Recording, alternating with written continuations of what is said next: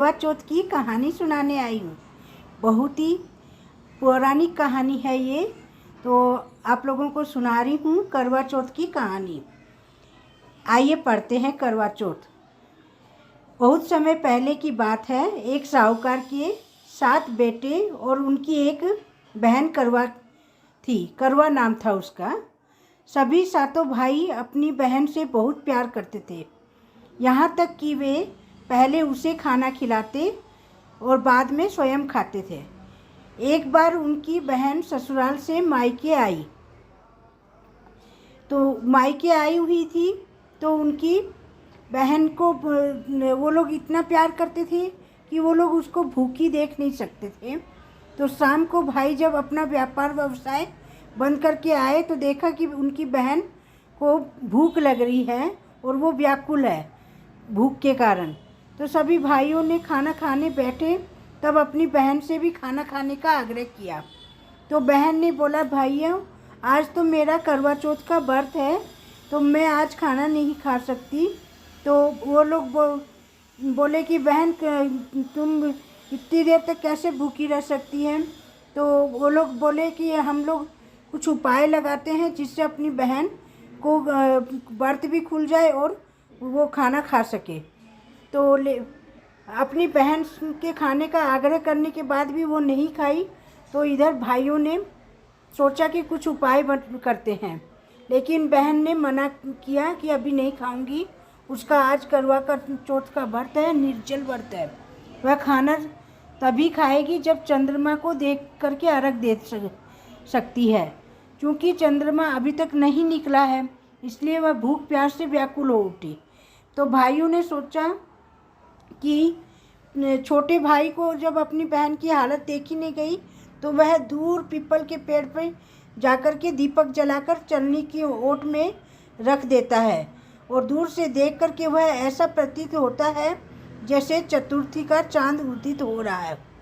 इसके बाद भाई अपनी बहन को बताता है कि चांद तो निकल आया, तुमने उसे अर्घ देने के बाद भोजन कर सकती हो। बहन खुशी के मारे सीढ़ियों पर चढ़ कर के चांद को देखती है और उसे अर्घ दे करके खाना खाने बैठ जाती है। तो वह पहले वो अपनी भाभीयों से जाके जल्दी से बोलती है कि भाभी भाभी चांद निकल आया है।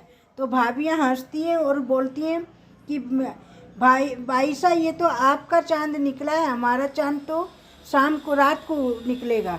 पर वो उतना ध्यान नहीं देती है, उसको भूख भी लगी रहती है। तो वो अपने भाइयों के हिसाब से जैसे वो लोग बोले वैसे बात को मान लेती है। इसके बाद भाई अपनी वह पहला गासा जैसे ही लेती है तो उसमें छींक आ जाती है। दूसरा गासा लेती है तो बाल निकलता है और तीसरा ही टुकड़ा जैसे ही मुंह में डालती है तो उसके पति की मृत्यु का समाचार उसे मिलता है। वह बौखला जाती है। उसकी भाभी उसे सच्चाई से अवगत कराती है कि उसके साथ ऐसा क्यों हुआ। करवा चौथ का व्रत गलत तरीके से टूटने के कारण देवता उससे नाराज हो गए हैं और उसने ऐसा इसीलिए उनसे ऐसा हुआ है, ये बोलने लगी। पर वो जल्दी जैसे ही वो घर जाती है तो उनको पता चलता है कि उनका पति सच में नहीं रहे। तो वो वहाँ पे वो स्वीकार नहीं कर पाती है ये बात को। तो इधर इसकी माँ जब जाने से पहले उनको एक सिक्के का देती है और बोलती हैं कि जो भी तुमको बहन बड़ी बुजुर्ग जो भी मिले उनसे तुम ऐसा करना, ये सिक्का दे करके आशीर्वाद लेना और जो भी आशीर्वाद तुमको सदा सुहागन का जो आशीर्वाद दे वो उसी के ही ये सिक्का दे के अपना पाँव छू लेना। तो वो घर से जब निकलती है तो रास्ते में बहुत सारे लोग उसको दिखाई देते हैं, पर वो क्या उनको बाकी सारे आशीर्वाद देते हैं, खुश रहे, धनवान हो, बच्चे हों, सब चीज़ का आशीर्वाद उसको मिलता है, पर सुहागन होने का आशीर्वाद कोई नहीं देता। तो वो थोड़ी आगे जब जाती है तो उसको एक छोटी बच्ची मिलती है तो उनके गांव की। तो वो उसको बोलती है कि बाई जी दो धोख खाने लगती है। तो वो उसको आशीर्वाद देती है, तुम सदा सुहागन रहे, सुखी रहे, बच्चे हों, सब चीज़ का आशीर्वाद उनको, मेनली उनको सदा सुहागन का आशीर्वाद देती हैं। तो वो उनको धोख खा करके और वो पैसा दे के आगे बढ़ती हैं। तो घर जब जाती है तो सास बोलती है कि ये तो मरा पड़ा है, अब जा उसको सह ले, मतलब उसके पास बैठ जाओ जा कर के। तो वो वहाँ पे जा कर के सबको ये जब चल जाते हैं, वो तैयारी करते हैं, तो वो बोलती है कि नहीं, मेरा पति को मैं फिर से ज़िंदा कर लूँगी, ऐसे उसके मन में विश्वास जगता है और वो वहीं पे ही रहने लगती है और अपने पति की सेवा करती है और उसको के शरीर को साफ सुथरा रखती है और माता से प्रार्थना करती है कि हे करवा चौथ पहले ऐसे करके सभी चौथ जितनी भी आती हैं, सभी चौथ माता से वो प्रार्थना करती हैं कि आप मेरे पति को मेरे सुहाग वापस लौटा दो और मेरे पति को की लंबी दीर्घायु बना दो। तो सभी चौथ माता यही बात बोलती है कि हम तेरे से नाराज़ नहीं हैं, तो जो तेरे से नाराज़ है वही तुमको आशीर्वाद देगी। तो ऐसे करके कार्तिक मास की जब करवा चौथ आती है तो सब कोई बोलते हैं कि कार्तिक मास की जब करवा चौथ आएगी वही तेरा आशीर्वाद से, उन्हीं के आशीर्वाद से सब काम होगा। तो ये 1 साल तक करवा चौथ का इंतज़ार करती है। जब कार्तिक मास की करवा चौथ आती है उस दिन माता से प्रार्थना करती है, तो माता उसकी भक्ति देख कर के प्रसन्न होती हैं और उनको आशीर्वाद देती हैं कि वो अपनी आँखों से काजल निकालती हैं, नौवर से मेहंदी और ऊपर सिंदूर दे करके उसको आशीर्वाद देती हैं कि जा, अब तेरा पति जीवित हो जाएगा। तो वो जैसे ही घर में देखती है अपने पति को तो बहुत खुश हो जाती है, उनका पति फिर से जीवित हो जाता है।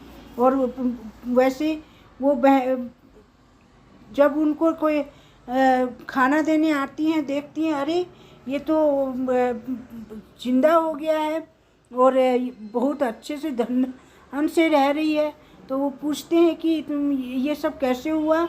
तो सब कोई वो बोलती है मेरे ऊपर तो मेरी करवा चौथ माता की कृपा हुई है, जिसके कारण मेरे को फिर से मेरा सुहाग मिल गया और धन दान दे करके माता ने हमको आशीर्वाद दिया है। तो वो लोग सब जा कर के गाँव में ढिंढोरा पीटते हैं कि ये तो करवा चौथ माता की कृपा से इसको तो सब कुछ मिल गया है, पति भी जीवित हो गया, घर भी सुख सब कुछ हो गया। तो सब कोई फिर करवा चौथ व्रत का सभी से बोलते हैं कि हे करवा चौथ माता, जिस तरीके से उसके ऊपर आपने कृपा दृष्टि करी वैसे ही सभी पे करिएगा। और तब से करवा चौथ का व्रत सारे समाज में सभी औरतें लोग जो भी सुहागन रहती हैं सभी अपने पति के लिए ये व्रत को किया जाता है।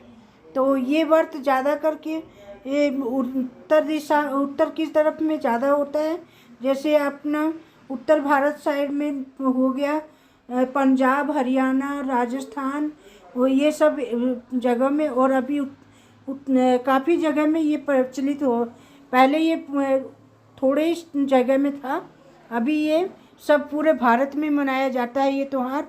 और अब तो औरतों के साथ में पति लोग भी अपनी पत्नी के लिए करवा चौथ का व्रत रखते हैं। तो ये धीरे धीरे इस व्रत में, ये व्रत आज की डेट में सभी जगह पे सभी लोग करने लग गए हैं। तो हे चौथ माता, जैसे उन पे कृपा करी वैसे सब पे करिएगा, हमारे ऊपर भी कृपा करिएगा, कहते सुनते सभी की मनोकामना पूर्ण करिएगा। जय चौथ माता।